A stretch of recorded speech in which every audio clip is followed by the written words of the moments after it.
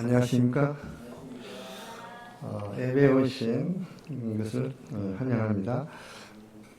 이제 즐거운 추석 명절 연휴가 시작된 것 같습니다.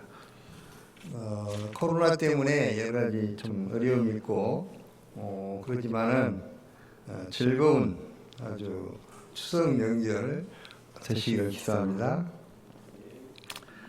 오늘 말씀은 이제 요한복음 오늘 이제 마지막 강의로 18장 말씀입니다. 요절 말씀 37절을 한 목소리로 읽겠습니다. 시작. 빌라도가 이르되 그러면 네가 왕이 아니냐? 예수께서 대답하시되 내 말과 같이 내가 왕이니라. 내가 이를 태어났으며 이를 위하여 세상에 왔나니 곧 진리에 대하여 증언하여 합니다. 무릇 진리에 속한 자는 내 음성을 듣느니라 하신대. 예수님은 제자들에게 고별 메시지 다락방 강화를 마치시고 지난주 말씀 공부한 것처럼 이제 대제사장으로서 중보 기도를 하나님께 드렸습니다. 이제 예수님 앞에는 십자가 죽음의 순간이 시시각각으로 다가오고 있었습니다. 오늘 말씀은 예수님께서 십자가에 돌아가시기 위해서 이제 체포되시고 신문을 받으시는 내용으로 되어 있습니다. 먼저 대제사장 안나스와 가야바에게 신문을 받으시고 당시 로마 총독이었던 빌라도에게 신문을 받으시는 내용입니다. 신문 받은 과정에서 핵심적인 논점은 예수님의 왕권에 관한 것이었습니다. 특히 총독 빌라도에게 신문을 예수님께서 받으실 때 예수님은 자신이 진리의 왕임을 분명히 선포하셨습니다. 그러면 예수님이 어떤 점에서 진리의 왕이 되시는 것입니까? 1절로 11절 말씀은 먼저 체포당하신 예수님에 관한 말씀이 나오고 있습니다. 1절을 보십시오. 예수님은 이제 기도를 마치신 후 제자들과 함께 기드론 시내를 건너서 감람산 이쪽에 있는 겟세마네 동산으로 들어가셨습니다. 이곳은 예수님께서 습관을 따라 기도를 이렇게 하셨기 때문에 이곳은 제자들도 잘 알고 있었고 또 가롯 유다도 이것을 잘 알고 있었습니다. 제자 요한은 예수님의 겟세마네 기도는 다른 복음서의 중복을 피하기 위해서 그 내용을 생략하고 있습니다. 그런데 공간복음서에 보면 예수님은 겟세마네 동산에서 땅에 엎드려 고뇌에 찬 기도를 하셨습니다. 아빠 아버지여, 아버지께는 모든 것이 가능하오니 이 잔을 내게서 옮기시옵소서. 그러나 나의 온대로 마옵시고 아버지의 온대로 하옵소서. 예수님은 땀방울이 핏방울이 되도록까지 동일한 기도를 3번이나 반복해서 하셨습니다. 이를 통해 예수님은 자기의 뜻을 부인하시고 하나님의 뜻에 온전히 복종하고자 하셨습니다. 예수님은 기도를 통해서 십자가 대속의 죽음에 대해서 마음의 준비를 하셨습니다. 예수님께서 겟세마네 기도를 마치셨을 때 유다가 군대와 종교 지도자들에게 얻은 아랫사람들을 데리고 등과 횃불과 무기를 가지고 그곳에 나타났습니다. 등과 횃불이 어두운 밤하늘을 밝히고 곳곳에서 창들이 이렇게 불빛에 번쩍였습니다.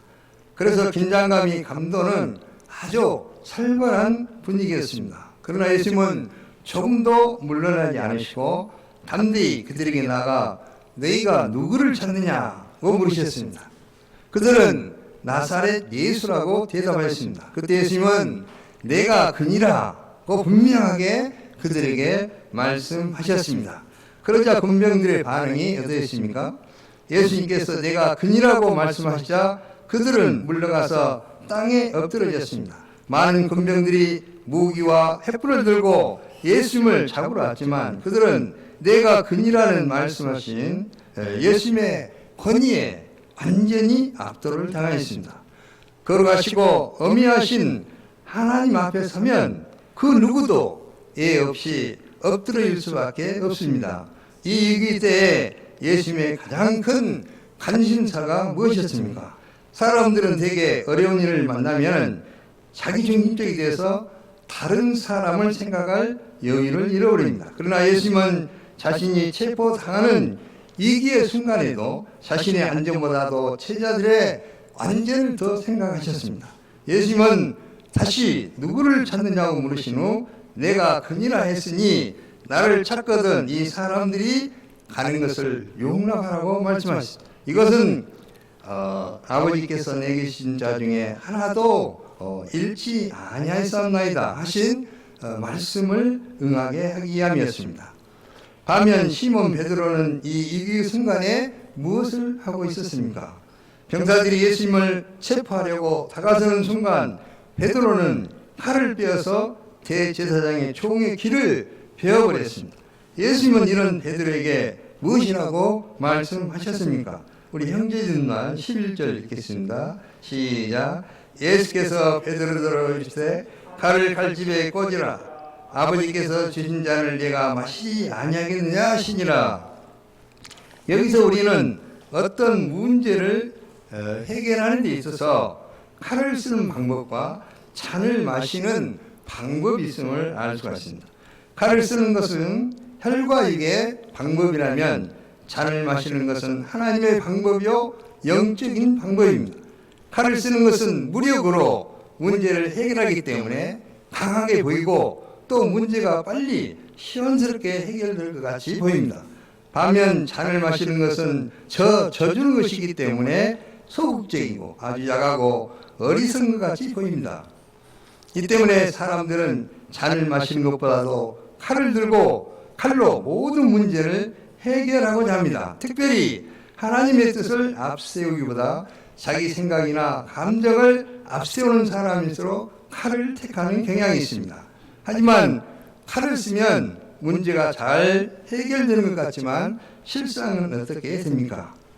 예수님은 마태복음에서 칼을 가지는 자는 다 칼로 망하느니라고 말씀하셨습니다. 이는 역사가 잘 증명해지고 있습니다. 세계를 무력으로 제패한 영웅들, 징기스칸이나 알렉산더나 나폴레옹 등 그 밖에 많은 사람들이 칼을 들었다가 결국 칼로 망했습니다. 토인비는 그에 져서 역사의 연구에서 무력을 사용한 나라는 예의 없이 망하였고 예수님이 사용하신 십자가의 온유의 법칙만이 진정한 승리의 비결임을 말하고 있습니다. 무력으로 정권을 잡은 자는 반드시 무력으로 망한다는 것입니다.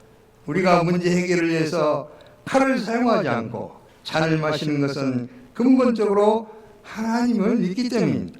우리는 하나님께서 살아계셔서 이 세상 역사를 주관하시고 구원의 역사를 이루어 나가시며 결국에는 선악간의 세상을 심판하실 것을 믿습니다.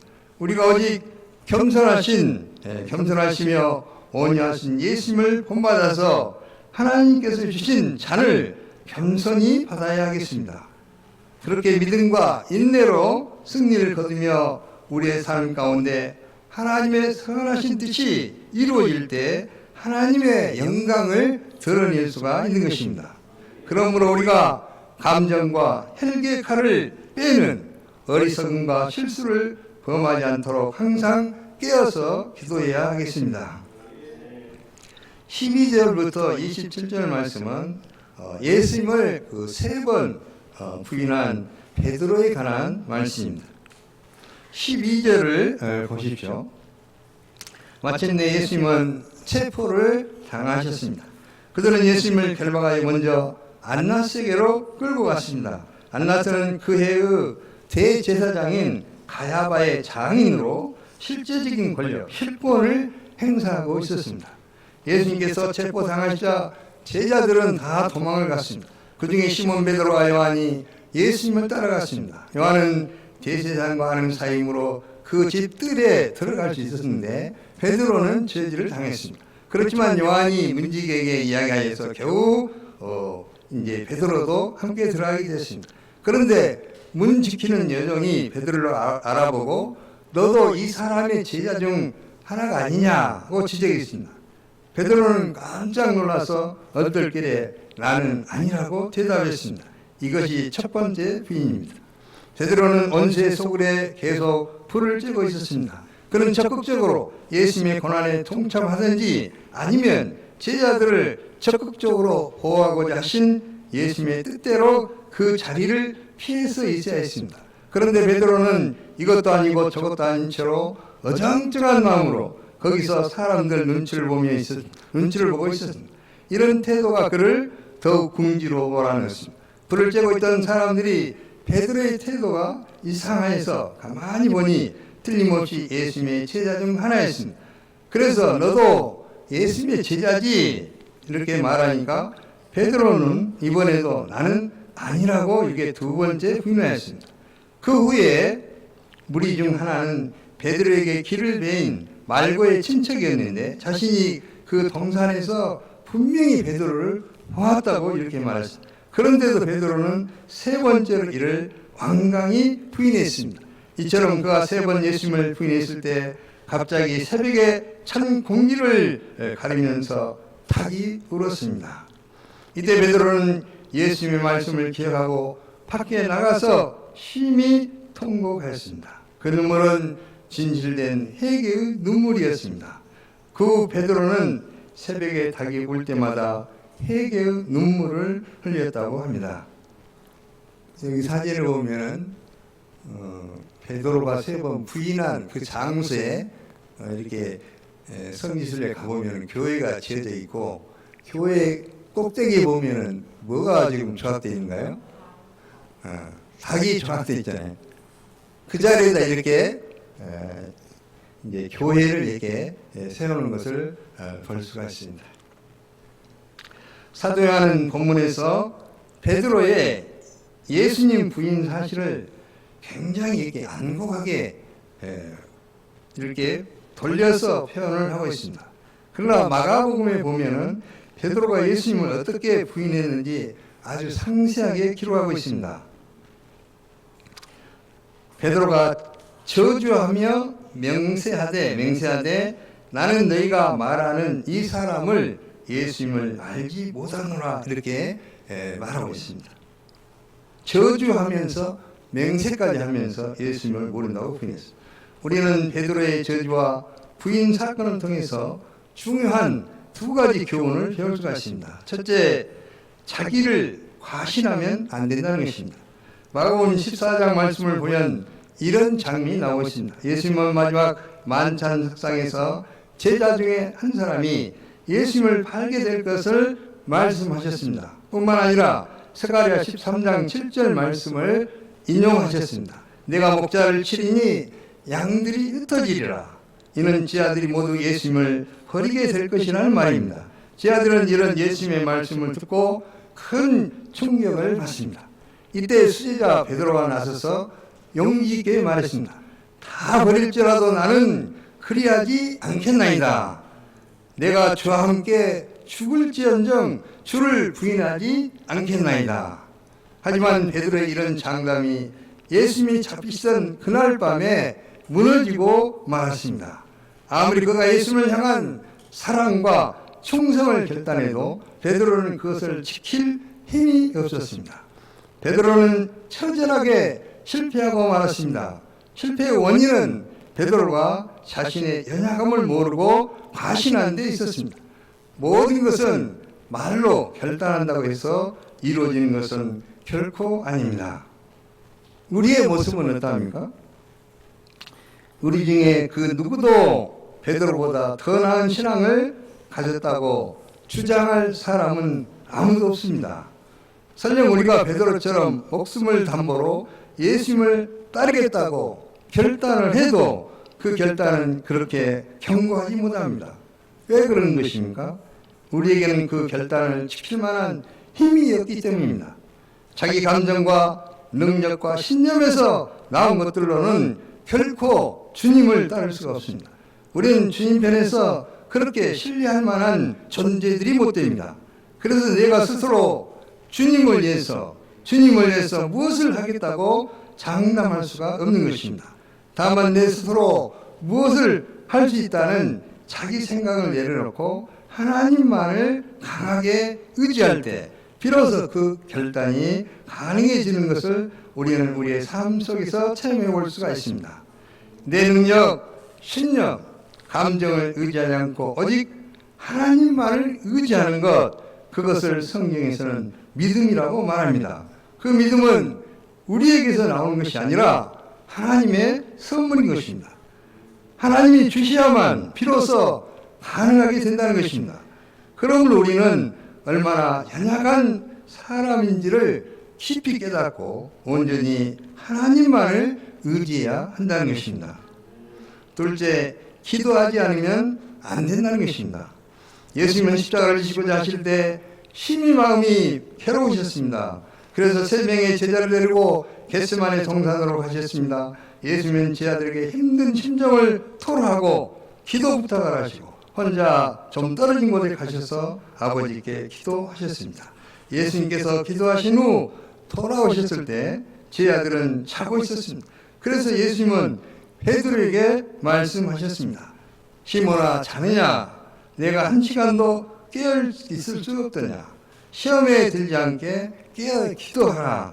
시험에 들지 않게 깨어서 기도하라고 예수님이 베드로에게 말씀하셨습니다. 하지만 베드로는 깨어서 기도하지 않았습니다. 그 결과가 무엇으로 나타난 것입니까? 시몬 베드로가 칼을 휘둘러 말고의 길을 베어버린 것으로 나타났습니다. 그것이 베드로의 인간적인 충성심이겠지만 이것은 예수님의 십자가 사역을 방해하는 것이었습니다.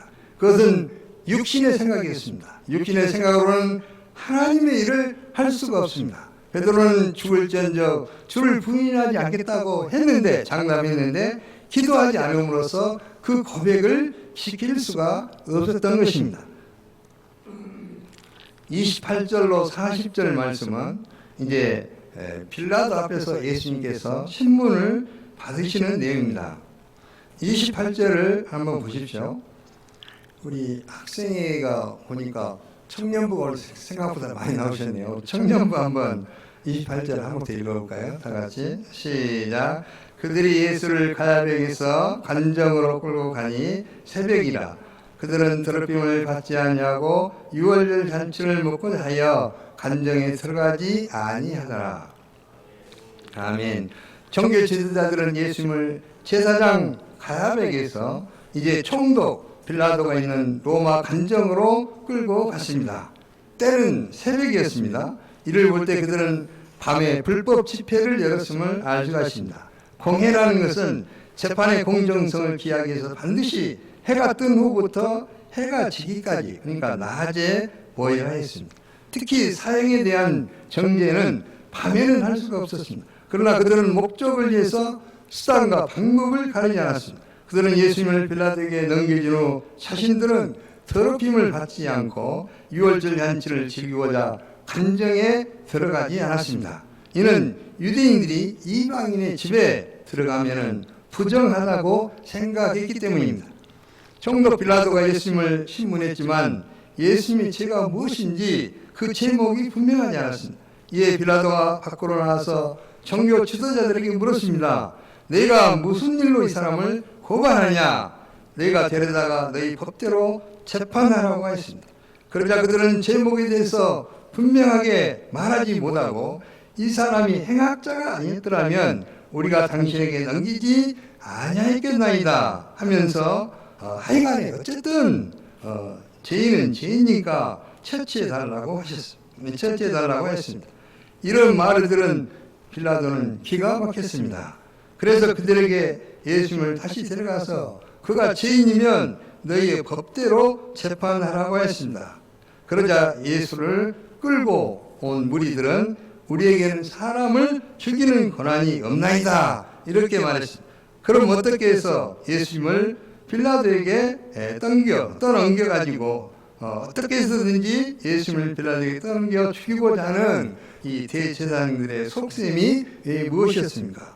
이는 예수님을 죽인 그 책임을 빌라도에게 떠넘기면서 예수님을 나무에 달려 죽게 하고자 함이었습니다.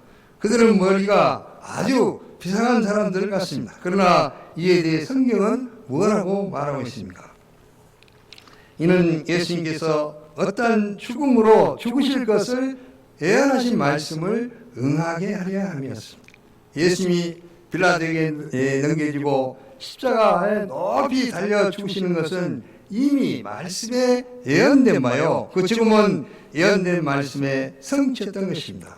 만약 예수님께서 유대인의 법대로 죽으신다면 신성 모독죄로 고발했기 때문에 돌에 맞아 죽어야 합니다. 그러나 나무에 달려야 한다는 말씀이 이렇게 하면 응하지 않게 되는 것입니다.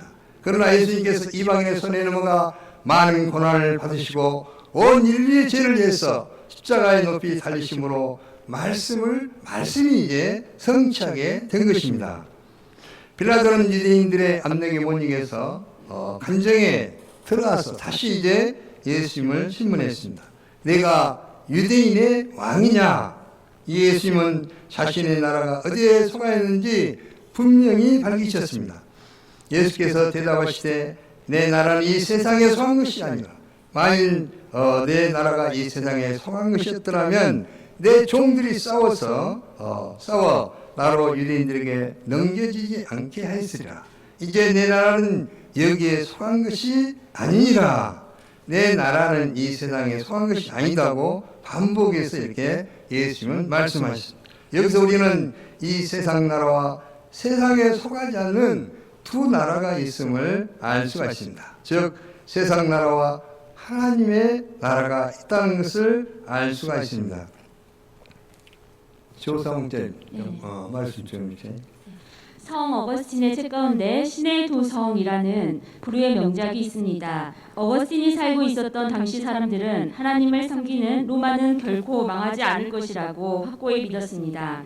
그런데 서기 410년 도끼를 휘두르면서 벌거벗은 채로 쳐들어오는 야만인들에 의해 로마가 아우성과 화염 속에서 함락되는 것을 보면서 어거스틴은 어찌하여 하나님을 섬기는 이 도성이 무너지고 야만인들이 점령되는가 고민하며 사색하는 가운데 이 책을 썼습니다. 그는 여기서 그의 유명한 역당안을 내어놓게 됩니다. 사람이 세운 이 세상 나라는 무너지면서 동시에 보이지 않는 하나님의 나라가 이루어진다. 그는 무너지는 로마 속에서 하나님의 섭리 가운데 하나님의 나라가 건설되어 가는 것을 바라볼 수가 있었던 것입니다. 칠흑 같은 캄캄한 역사 속에서 하나님의 나라가 찬란하게 동토온다는 것입니다. 어거스틴은 이를 신의 도성에서 지상나라와 천상나라, 어둠의 나라와 빛의 나라로 표현하였습니다.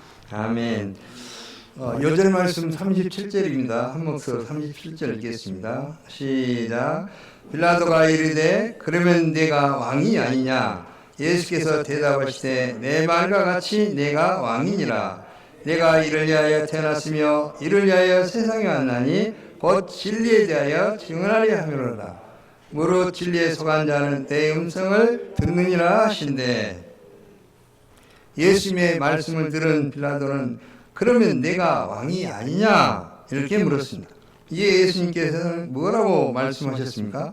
내 말과 같이 내가 왕이니라. 내가 이를 위하여 태어났으며 이를 위하여 세상에 왔나니 곧 진리에 대하여 증언하려 함이로다. 예수님은 왕으로 태어나셨습니다. 예수님은 자신이 진리의 왕이심을 나타내고자 세상에 오셨습니다. 그리고 예수님은 자신이 진리의 왕 되심을 선포하셨습니다.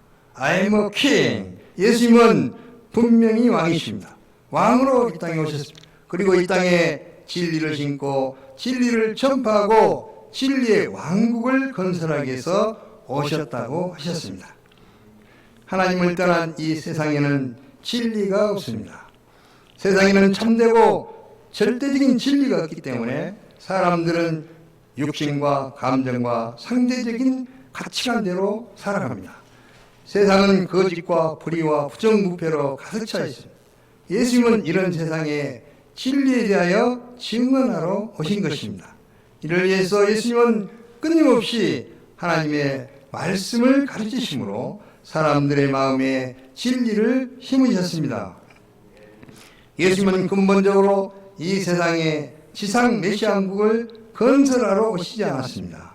이 세상의 번영과 축복이 최종 목적이 아니셨습니다. 예수님의 나라는 이 세상에 속한 것이 아니라 저 하나님 나라에 속한 것입니다. 때문에 예수님께서는 이 세상 권세에 얽매이지 않으셨고 마지막 순간까지 하나님 나라의 복음을 증언하셨던 것입니다. 그리고 예수님은 이 진리 때문에 이제 죽으십니다. 그러나 예수님은 이 진리 때문에 부활하십니다. 예수님을 신문하고 십자가에 못 박혔던 빌라도는 후에 유배지에서 비참한 최후를 맞이하였습니다. 그러나 예수님은 죽음의 권세를 파하시고 영광스러운 모습으로 부활하사 하나님 보좌 우편에 앉으셨습니다. 그리고 하늘과 땅 모든 권세를 그 발 아래 굴복시켰습니다. 결국은 이 진리가 이긴 것입니다. 마르틴 루터가 지은 찬송가 585장 보면 내주는 강한 성요 보면은 이런 가사가 나옵니다. 친척과 재물과 명예와 생명을 다 빼앗긴데도 진리는 살아서 그 나라는 영원하리라. 진리는 죽어도 다시 삽니다. 진리이신 예수님께서 싸워야 할 적은 로마 군병들이 아니었습니다. 그것은 바로 죄와 죽음의 권세였습니다. 예수님은 마침내 죄와 죽음의 권세를 파하시고 승리하셨습니다. 우리를 구원하시기 위해서 십자가에 죽으시고 부활하사 영원한 하나님 나라를 건설하신 예수님은 우리의 진정한 왕이 되십니다. 우리 모든 인생들이 영원토록 믿고 따르고 순종해야 할 유일한 우리의 진리의 왕이 되십니다. 결론적으로 예수님은 아무 죄 없이 체포당하시고 신문을 받으셨습니다. 그러나 예수님은 여러분 가운데서 진리의 왕으로서 진리에 대하여 선한 증거를 하셨습니다. 예수님은 하나님의 뜻에 순종해서 십자가의 잔을 마시기 때문에 진리의 왕이 되시는 것입니다. 예수님은 부활의 주가 되시고 생명과 성령의 법으로 다스리는 분이시기 때문에 진리의 왕이라고 합니다. 우리가 예수님을 왕으로 모시고 예수님을 배우고 예수님의 다스림을 받아야 하겠습니다. 우리 안에 자리 잡고 있는 돈과 권력과 세상 쾌락의 거짓 왕을 과감하게 몰아내고 진리의 왕 예수님을 모시고 순종하고 진리의 인도함을 받는 삶, 진리로 충만한 삶을 살 수 있기를 기도합니다. 하나님 아버지, 하나님께서 귀한 말씀을 허락하심을 감사합니다. 다시 한번 예수님께서 진리의 왕이 되신 것을 배우게 하시니 감사합니다. 진리의 왕 예수님을 저희들이 모시고 항상 승리의 삶을 살게 도와주시옵소서. 감사하며 예수님 이름으로 기도합니다. 아멘.